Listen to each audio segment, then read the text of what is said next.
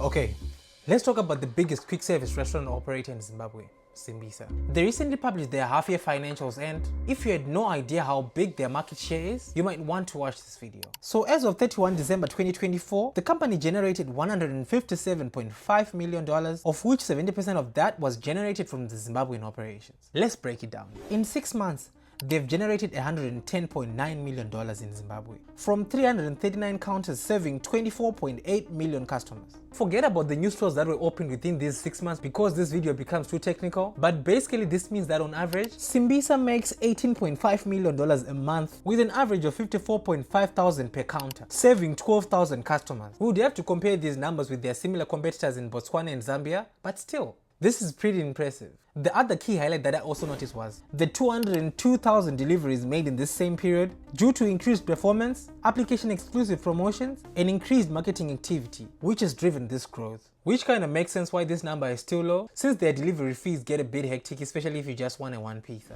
The company still has to deal with the shrinkage in disposable income, and also face their main challenge, which is still macroeconomic instability, noted with high inflation, exchange rate disparities, besides the rising utility costs and power outages.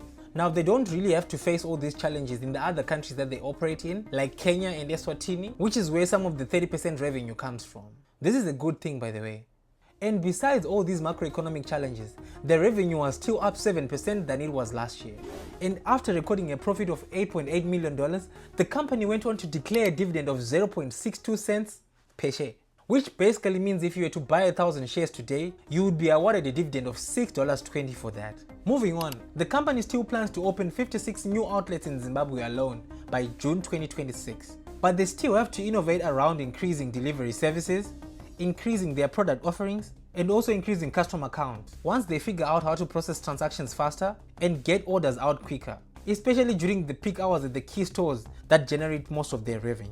Because I'm sure we all know it's not a nice feeling to wait for 30 minutes in a queue at the Julius Nyerere branch in Harare or at Trade Gold in Bulawayo just to get a 2-pizza during lunch hour, which by the way has been slashed to $3.50. It's a lot to take in, but tell me what you think and follow for more. You're welcome.